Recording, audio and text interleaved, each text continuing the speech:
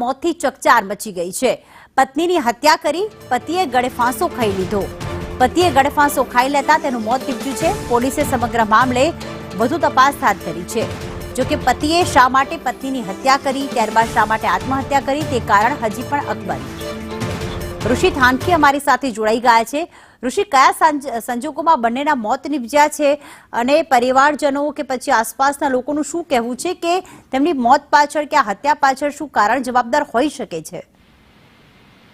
જે પ્રીતિ વાત કરીએ તો આજે સમગ્ર ઘટના છે દંપતીનું જે મોત નીપજ્યું છે તેમાં પરિવારજનો સાથે વાત કરવામાં પ્રાથમિક માહિતી મળી છે કે આ સમગ્ર ઘટના છે તે મોડી રાતના ઘટી હતી અને પત્નીની હત્યા કરી અને પતિએ ગળા ફાંસો ખાઈને જીવ ટૂંકાવ્યો હતો। સમગ્ર જે ઘટનાનો ભેદ છે તે હજુ સુધી ઉકેલાયો નથી અને આ બાબતે બગવદર પોલીસ દ્વારા સમગ્ર ઘટનાને લઈને તપાસનો ધમધમાટ શરૂ કરવામાં આવ્યો છે। ટૂંક સમયમાં જ પોલીસ દ્વારા પ્રાથમિક માહિતી છે તે મીડિયાને આપવામાં આવશે અને જે મૃતદેહો છે તેમને સરકારી હોસ્પિટલ ખાતે પીએમ માટે ખસેડવામાં આવ્યા છે।